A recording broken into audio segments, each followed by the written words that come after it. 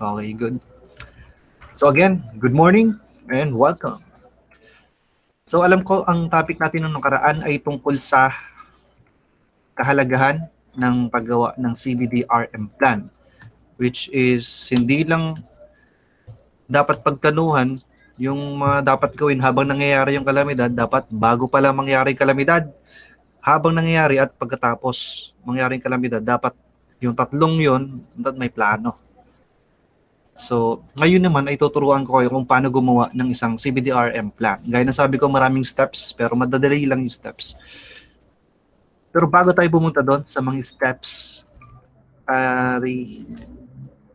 alam nyo ba na sa sinabi ng World Health Organization or WHO na ang kakulangan sa ehersisyo ay pang-apat sa leading risk factor for mortality. Ibig sabihin, yung kawalan ng exercise ng isang tao ay isang factor siya ng kamatayan, maagang kamatayan ng tao. Sino yung hindi makapasok daw? Walang nalabas sa akin, walang nakalagay na asking permission to join, si Andrea. Try niya ulit, refresh.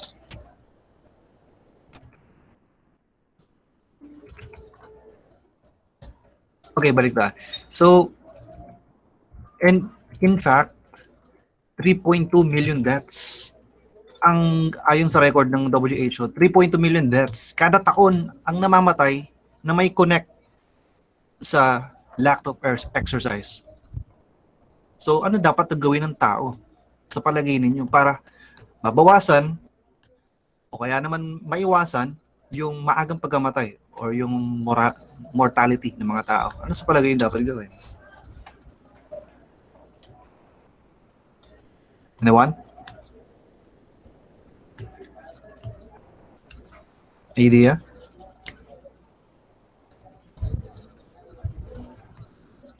Di ba dapat gumalaw-galaw? Yes, Brent. Magkaroon po ng healthy living lifestyle, sir. Healthy living lifestyle. So, sa madaling salita, gumalaw-galaw, may exercise. Kasi sabi na nga di ba?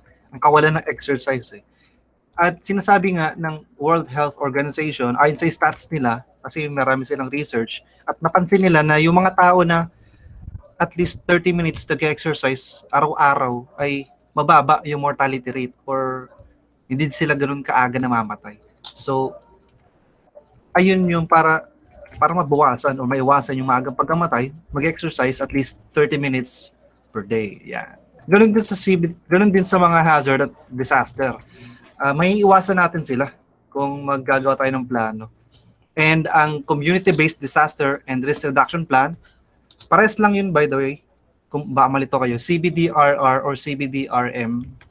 Yung CBDRM is yung risk management yung dulo, ito naman risk reduction yung dulo. So CBDRM, CBDRR, pares lang yan. Meron yung apat na parte, disaster prevention mitigation, pangalawa, disaster preparedness, pangatlo, disaster response, pangapat, rehabilitation recovery. So, gaya ng, nakapag-research na ba kayo? Hindi pa? Nakagawa na kayo ng research? Okay, so, medyo bago to. So, doon tayo sa disaster prevention and mitigation. Ito yung unang part ng disaster management plan, disaster prevention and mitigation, at sinasabi dito, ang sa bahaging ito ng disaster management plan, tinataya ang mga hazard at kakayahan ng pamayanan sa pagharap sa iba't ibang suliraning pangkapaligiran. So, by the way, ano yung tinataya? Ano ibig sabihin ng salitang tinataya? May nakakaalam ba? Raise ng Sugal. Yes, masyadong malakas yung speaker. Yes, ano nga ulit yun, Stephen? Sugal po. Sugal. Tinataya kasi sugal. Akala ko mata-mataya Mikaela? Parang inililista po or parang statistic po, ganun. Parang yung mga bilang, ganun po, sir. Yeah, sakto. Sinusukat, tinatantya, ganun. Stats, kumbaga nga sabi ni Mikaela. So, tinataya yung mga hazard, tinataya or sinusukat kung gaano kalawak yung sakop ng hazard, etc., etc. Pero paano ba talaga natin masusukat? or paano rin natin malalaman yung kakayahan ng pamayanan na harapin yung isang suliranin? Ano, isa-isahin mo yung ano? Ano ginawa nyo nung bumagyo dito? Kaya nyo bang harapin? Hindi naman ganun, di ba? So sa pagpaplano, dito sa disaster prevention and mitigation, meron tayong 4 na pagtataya. Ano yung sabihin ng assessment? Tagalog ng assessment, kakasabi ko lang. Pagtataya. Pagtataya. Assessment is pagtataya, pagsusuri,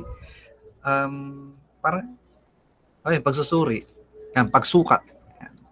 So ngayon, meron tayong 4. Hazard assessment, vulnerability assessment, capacity assessment, risk assessment. 4 lang yan. So doon tayo sa hazard assessment. Sa hazard assessment, pakibasa, saglit lang. Raisan lang sa gusto bumasa. Yeah, Marcy. Ang hazard assessment ay tumutukoy sa pagsusuri sa lawak, sakop at pinsala na maaaring danasin ng isang lugar kung ito ay mahaharap sa isang sakuna o kalamidad sa isang partikular na panahon. So that's hazard assessment. Susuriin yung lawak, sakop o pinsala ng isang hazard o disaster. Ngayon, paano?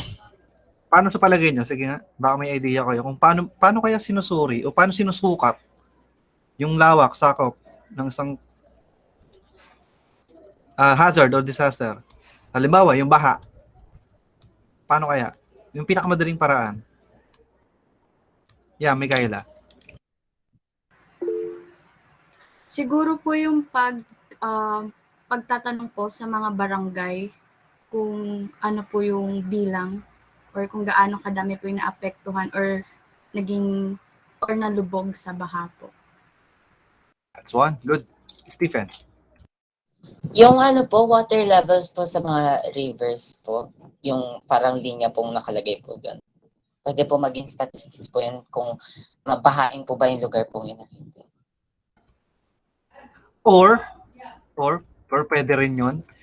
Or, ayan, paano malaman ang lawak, sakop at pinsala ng hazard disaster?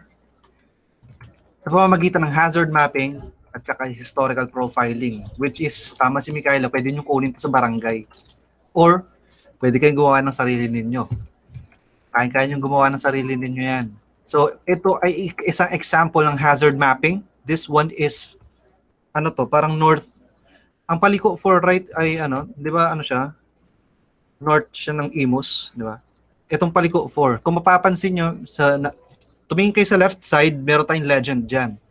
Ito yung flood hazard, yung title. And then yung legend, merong high, yung kulay pula. Medium orange.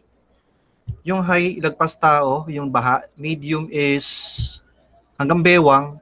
Low is yung dilaw. Hanggang tuhod. So, tingin kayo sa mapa, yung mga kulay dyan, ibig sabihin ay yung flood hazard, kung saan binabaha. So, this is from University of the Philippines website nila, yung noaa.edu.ph. So, ayan. Ito yung example ng flood hazard. So, sa gagawin ninyo na disaster management plan, ito-drawing nyo yung barangay ninyo kung saan kayo nakatira.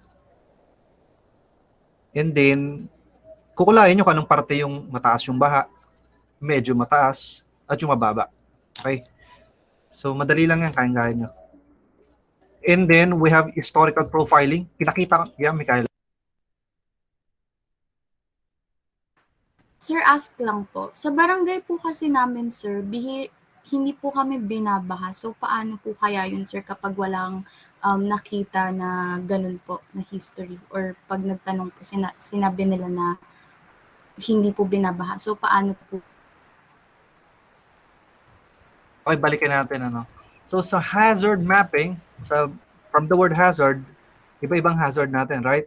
Hindi lang naman baha, bagyo, sunog, man-made. So, lahat yon, lahat. Gagawin nyo siya isa-isa ng hazard mapping. Kung halimbawa, sa lugar ninyo, dililindol, binabaha, tina-typhoon, tapos madalas ang sunog, lalo na sa Bacoor, Bandang Bacoor. So, gagawin nyo yan isa-isa ng hazard mapping. Yung 4 na yun. Pero kung wala namang baha, so tatanggalin mo na yung baha. Or tatanggalin nyo na yun. Yung tatlong hazard na lang ilagay ninyo. Diba, nililindol lang. Which is, hindi naman masyado sa, sa bandang Imus or Bacoor. So, ayun yung hazard mapping. Historical profiling, okay ba? Nasagot ko ba yung question mo, Micaela? So, historical profiling naman, gaya na pinakita ko sa inyo dati, ito pa rin yun. This is from 2011-2016, provincial community-based or provincial-based disaster management plan ng Cavite. So, ito yung historical profiling. So, ganun din yung gagawin nyo. Ano yung tumama ng mga bagyo sa inyong barangay? Kung halimbawa, tumama rin yung bagyong Falcon sa inyong barangay, lagay nyo, kailan? And then, since community-based tayo, yung approach natin, ilalagay nyo rin kung ilang tao yung naapektuhan, anong mga area ng barangay ninyo yung naapektuhan. Kung yung buong barangay yung naapektuhan, ilagay ninyo. And then, kung ano yung impact, yung mga damages sa structures, sa mga kabahayan, etc. etc. Ilagay nyo yung impact.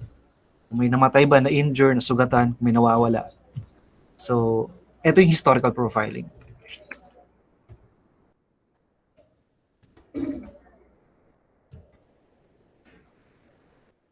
Yes, Marcy. May question? Bali, sa bawat hazard po, parehas pong gagawa ng hazard map and hazard profiling po. Yep. Yes. Exactly. And by the way, groupings to Hindi naman to solo. Baka... Yeah, Micaela, question? Ask lang po, sir. Kasi may nasabi po kayo kanina regarding sa drawing po. Sabi niyo po, i-drawing po yung lugar namin. So, paano po namin i-drawing po yun, sir? Papunta kayo sa map, Google Maps lang. Pwede nyo i-screenshot mismo yung Google Map. Then kung kaya nung mag-edit, edit. Kasi ina-expect ko, ina-assume ko kayo na hindi kayo mag-edit eh. So, ina-assume ko na lahat kayo mag-drawing. Pero kung kaya nyo naman mag-edit, go for it. Yes, Daniela. Sir, paano po yung groupings kung magkakahiwalay po kami ng community? Yan, pili lang kayo ng kabahayan nyo. So, kung halimbawa, wala talaga, halimbawa, iba-iba kayo, may taga Maynila, may etc. Pili kayo ng isang barangay sa inyong apat. Anong barangay yung gagawin nyo? Then, searchable naman siya sa internet, yung map. Then, kung sino na lang yung may pinakaalam dun sa barangay na yun, siya yung gagawa ng halimbawa ng historical profiling, yung hazard mapping. 4 parts na, yes, sino yung naunang nagtaas? Micaela. Ask lang po, sir, paano po yung groupings nun and ilan po yung tao sa bawat group po? Okay, yung groupings, mamaya natin yan. Okay, mamaya natin pag-usapan. Yeah, Stephen, may question ka? Tatanungin ko po sana ilang groupings po. Same din. Okay, mamaya na yan, mamaya. So, that's hazard assessment. Hazard assessment yun. Sa hazard assessment, so, dapat pala naglagay ako ng Wait lang. Mamaya na lang. So, hazard assessment, sa ilalim ng hazard assessment, may hazard mapping kayong ilalagay, then historical profiling. So, tapos tayo dyan. I think ito yung pinakamahaba, yung hazard profiling, tsaka yung historical profiling. Hazard assessment pala. Hazard mapping pala. So, next one is vulnerability assessment. Gaya ng tinalakay natin yung vulnerability, ano yung sabihin nito? Vulnerability, ano siya? Saan siya tumutukoy? Ano tinutukoy niya pag sinabing vulnerability assessment? Yeah, Micaela.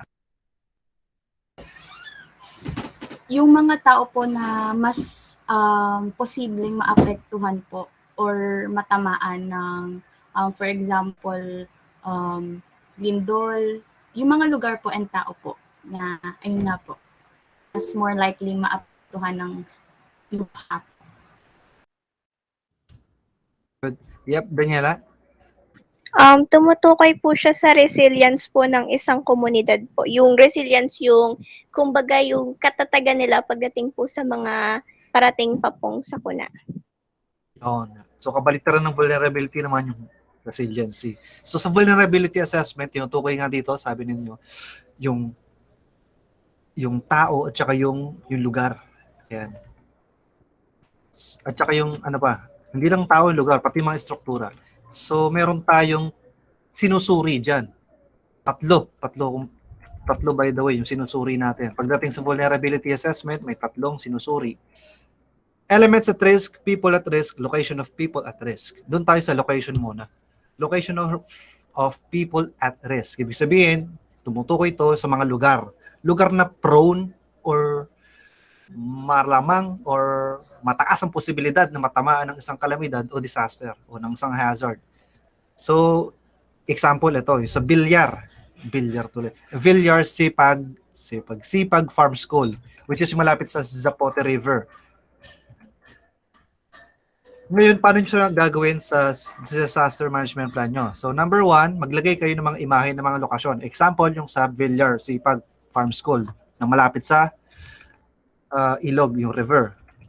And then, sa bawat imahe, maglagay ng caption kung saan ito. So, ayan. Then, number 3, sa bawat imahe, ilagay kung ano ang maaaring tumama na hazard o kalamidad. So, kayo nang bahala kung anong hazard. So, sample dito is pagbaha. Kung mapapansin nyo, pula siya sa mapa. Ibig sabihin, lagpas tao ang baha dyan. So, bahain talaga sa lugar na yan. And, pang-apat, ilang tao yung palagay nyo maaaring maapektuhan dito. So, sa barangay ninyo, palagay ko, I think naman, alam nyo na kung ilan naman ang tao sa inyong barangay. So, makakatansya kayo kung ilan yung maapektuhang tao. Kung sakaling bahain sa inyong lugar. Kung bahain man or lindolin or madalas ang sunog, etc. So that's location of people at risk. Pangalawa is yung people at risk. So gaya ng sabi nyo kanina, yung vulnerability, tumutukoy siya sa tao. So, tao. Tumutukoy ito sa mga taong maaring tamaan ng hazard o disaster. Ngayon, paano yon, sir? Paano masusukat yon? Nasusukat ba yon? Measurable ba yon? Yep.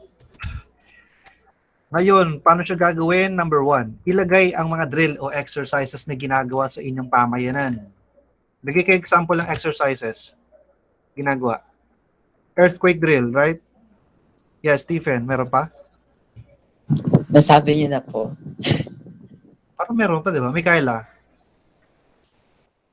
Earthquake, Yung fire drill, sir, Fire- lalo na po sa mga dominium or mga buildings po. fire drill, yep. So, ayun yung mga example. So, ito, yung sa picture, ano yan, earthquake drill. So, ilagay nyo yung mga drill o exercises na ginagawa sa inyong pamayanan. Then, ilagay nyo din kung gaano kadalas, gaano siya kadalas ginagawa. At panghuli, masusukat nyo pa rin, masusukat nyo, ilang porsyento ng tao nagsasagwa ng mga drill o exercises. Matatansya nyo yan.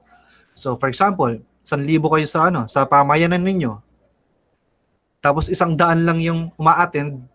So, alam nyo na ilang percent yon? 1% ba yun? 0.01, mga ganon. So, ibig sabihin, below 1% yung ma-attend sa drill or exercises. Matatanda nyo. So, ibig sabihin, kung mababa yung porsyento ng uma-attend, ibig sabihin, vulnerable yung mga tao dito. So again, that's people at risk. Natapos na tayo sa location of people at risk. People at risk. Ngayon naman, ano yung elements at risk? Ayan, pakibasa yung elements at risk. Raise hand lang. Sa gusto magbasa.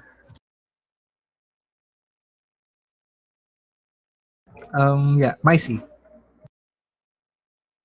Elements at risk. Tinutukoy dito ang mga estruktura gaya ng mga gusali, kabahayan, tulay o elementong pang-ekonomiya gaya ng mga taniman ng palay, gulay at prutas na maaaring mapinsala ng hazard o disaster. Yan, so malino na ang elements at risk. Elemento gaya ng mga estruktura, yung mga ano ba yun?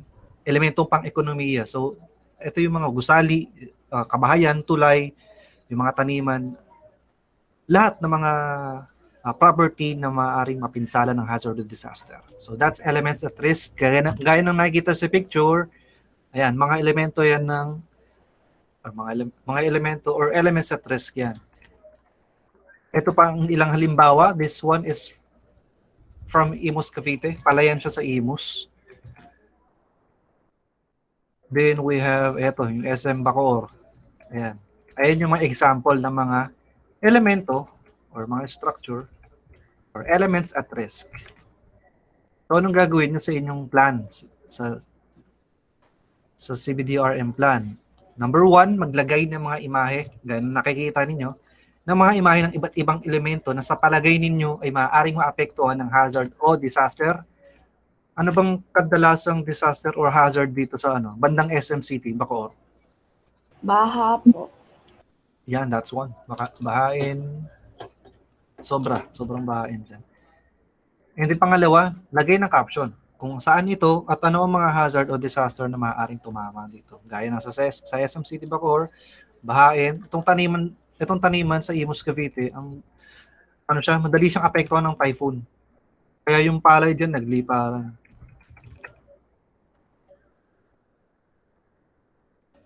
So, next one is capacity assessment. Pero bago tayo magpatuloy dyan, CR break muna tayo, water break. At galaw-galaw, exercise ng konti. So, see you in 2 minutes.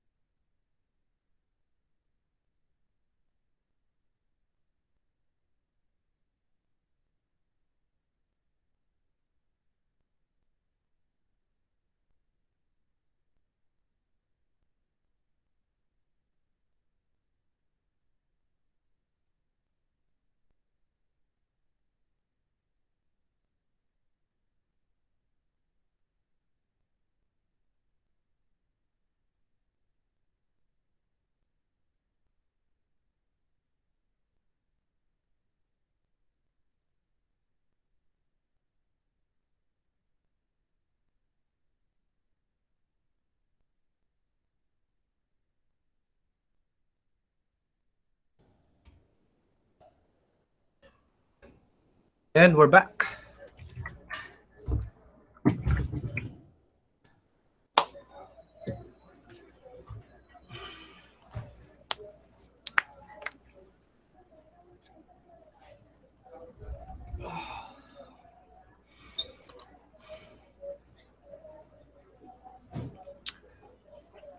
Nandiyan na ba yung iba? Open lang cam para start na tayo ulit.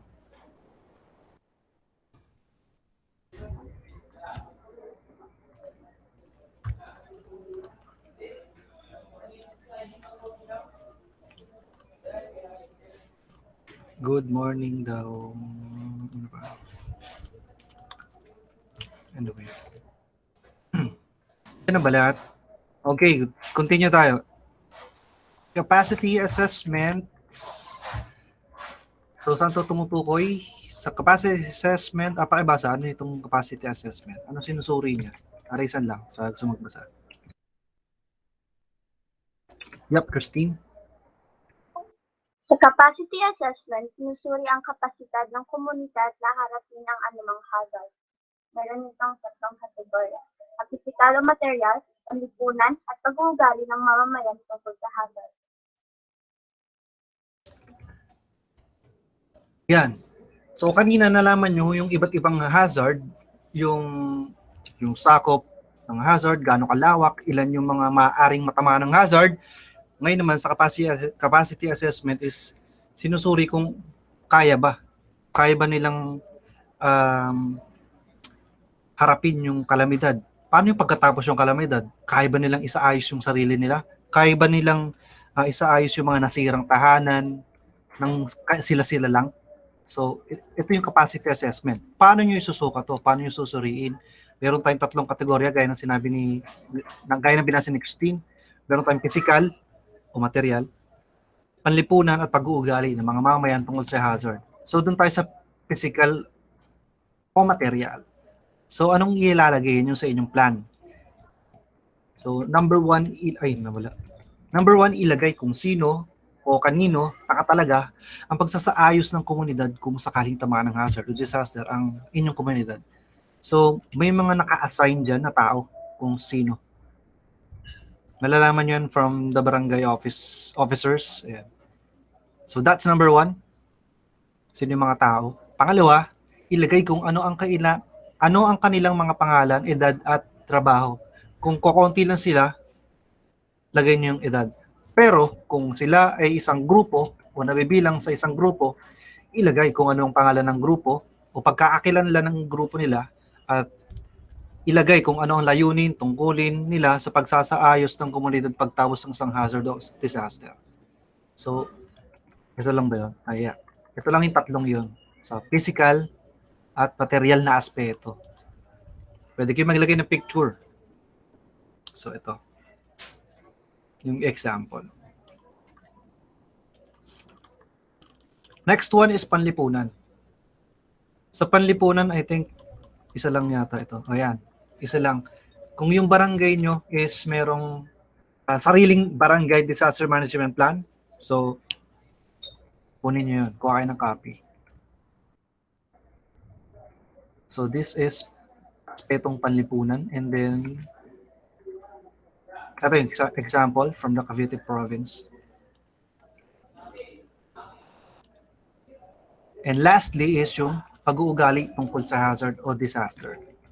So, ang ilalagay nyo dyan, una, maglalagay kayo ng mga imahe o images na nagpapakita na ang mga tao ay nagtutulungan para ibangon ng komunidad pagkatapos ng isang hazard o disaster. So, ito yung tumutukoy sa pag-uugali. Kung nagtutulungan sila. So, maglalagay kayo ng mga pictures. Sa barangay nyo rin ito makikita, by the way, kung hindi nyo natatanong. Sa barangay din yan. Meron sila mga copy. Kasi nagpipicture-picture din yan during after ng calamity. Para may report sila doon sa kanilang mayor. Sa mayor ng inyong city. Number 2, maglagay ng caption. Kung kailan to nangyari, then anong kalamidad yung tumama. And lastly, ilagay din kung ano ang kanilang ginagawa sa imahe na inyong nilagay. So, ito yung may example images and response. And then yung nasa ibaba, ito yung example ng volunteer to. May isang volunteer nagtuturo tungkol sa paghahanda sa disaster. So, hindi lang pala pagkatapos ng kalamidad. Pwede rin yung bago mangyaring kalamidad. Yan, pwede nyo ilagay yan. So that is pag-uugali tungkol sa hazard o disaster. Actually, kahit pala before, during, and after ng calamity. Pwede yun. Pwede kayo mag-insert ng mga picture from before, during, and after hazard or disaster. So that's that's all about capacity assessment. Again, meron siyang tatlong aspeto, physical o material, panlipunan, yung disaster management plan, and then yung panghuli, yung pag-uugali ng tao tungkol sa hazard of disaster. That's capacity assessment. Lastly is yung risk assessment. Sa risk assessment naman, ito ay tumutukoy sa mga hakbang na dapat gawin bago ang pagtama ng sakuna. Kalamidad at hazard na may layuning maiwasan o mapigilan ng malawakang pinsala sa tao at kalikasan. That's from Ondis and Rodito, 2009. So again, dito yung mga activities na ginagawa, dapat gawin bago pala mangyari yung kalamidad. So, paano yun, sir? Nasusukat ba yun? Yes, nasusukat din yan. And by the way, ang risk assessment ay tinatawag din na disaster mitigation pala, by the way. Which is meron tong may dalawang types na disaster mitigation. Merong structural, merong non-structural mitigation.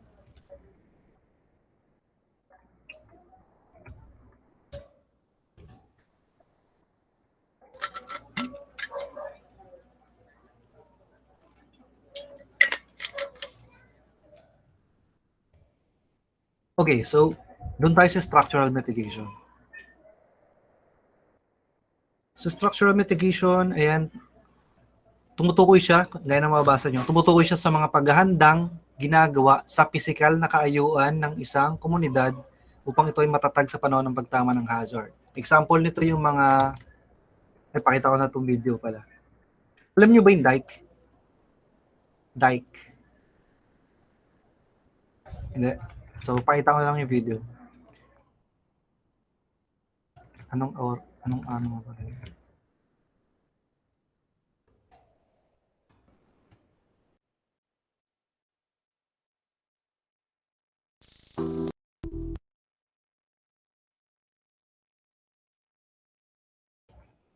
Tanggalin ko na yung sound ng video.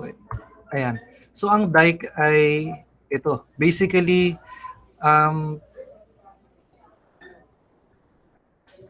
ginagawa ang dike para mabawasan or maiwasan ang pagbaha. Kagaya yan nito. Halimbawa, tumataas yung tubig sa inyong lugar, gagawa ng dike para maharangan yung pagtaas ng tubig.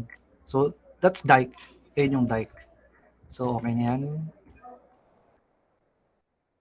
Ayan yung dike. Makikita nyo to kung nakakapunta kayo ng SM by the Bay sa Manila, sa MOA. May dike sila sa gilid, yung SM by the Bay. Ayan, example yun ng dike.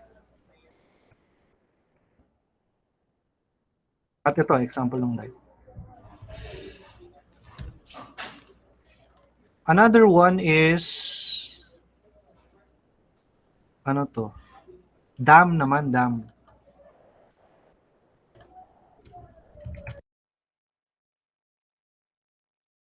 Hydroelectricity refers to the conversion of energy from flowing water into electricity. It is considered a renewable energy source because the water cycle is constantly renewed by the sun. One of the first uses of hydro energy was for mechanical milling, such as grinding grains. But today, modern hydro plants produce electricity using turbines and generators. The mechanical energy created by moving water spins rotors on a turbine. This turbine is connected to an electromagnetic generator which produces electricity when the turbine spins. There are two main types of hydroelectricity production. Basically, ang sinasabi dito, medyo mahaba kasi. Ang dam is, ginagamit siya for flood control at pwede mo rin siyang gamitin para mag-generate ng electricity. So, 2-in-1 ang kanyang ang benefits for flood control and then electricity. Dams and run-of-river. Dams utilize the potential energy from dammed water to produce electricity. A dam is a large barrier constructed to raise the level of water and control its flow. The elevation created by the dam creates gravitational force for turning the turbine when water is released. Some dams also contain an additional reservoir at their base where water is stored to be pumped to the higher reservoir for release when electricity is in demand. This is referred to as pumped storage hydro. The second form of hydro elevators that are through utility is to produce electricity. Large hydro, and like a whopping 2,070 sources, power has several benefits. It is a cost-competitive form of electricity, even though the initial building cost can be high. It is quite reliable compared to other renewable options and pairs well with other sources as it can be used as base load power. In some cases, dammed reservoirs can also help with flood control and be a reliable water supply for communities. There are also some concerns with hydropower, especially when it comes to large dams. Damming a river has a major impact on the local environment, changing wildlife habitats, blocking fish passage, and often forcing people in riverside communities to move out of their homes. So that's it. Meron pa. Ayan. So, para sa structural mitigation, which is under yan ng risk assessment, paano siya susukatin? Maglalagay kayo ng mga, actually, imahe na nagpapakita ng structural mitigation. Gaya ng halimbawa sa barangay nyo. Nagpagawa ng mga kanal. Pero siguraduhin nyo yung kanal is hindi barado. So, pwede rin yun na para maiwasan yung pagbaha. And then, lagyan ng caption ng bawat imahe kung ano ito at saan ito nakalagay at ano ang mga hazard o disaster ang mababawasan ito. So, that's structural mitigation. And the other one is non-structural mitigation. Pakibasa kung ano ang structural mitigation at saan ito tumutukoy. Raisan lang sa gusto magbasa. Trixie. Non-structural mitigation. Ito'y tumutukoy naman sa mga ginagawang plano at paghahanda ng pamahalaan upang maging ligtas ang komunidad sa panahon ng pagtama ng hazard.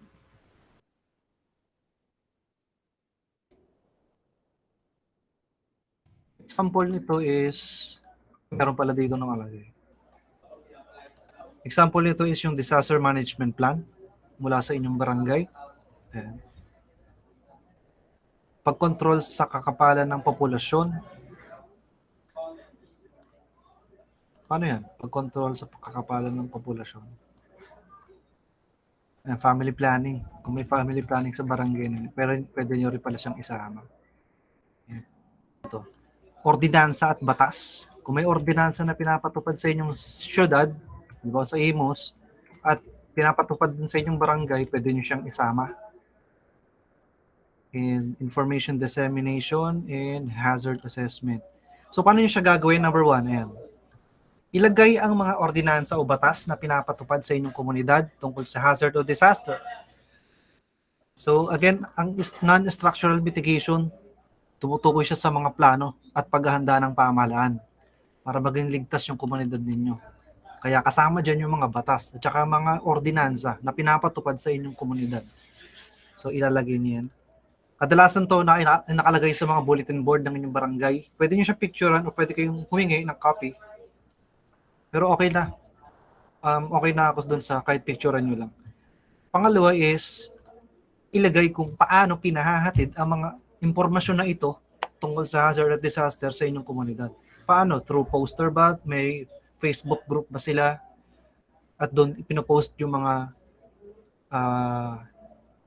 impormasyon tungkol sa pagharap sa hazard o disaster? Or may video, may YouTube ba sila? Pwede yan. Number 3, maglagay ng mga imahe tungkol sa non-structural mitigation mula sa inyong komunidad. And then lagyan ng caption ng bawat imahe. So, ayan.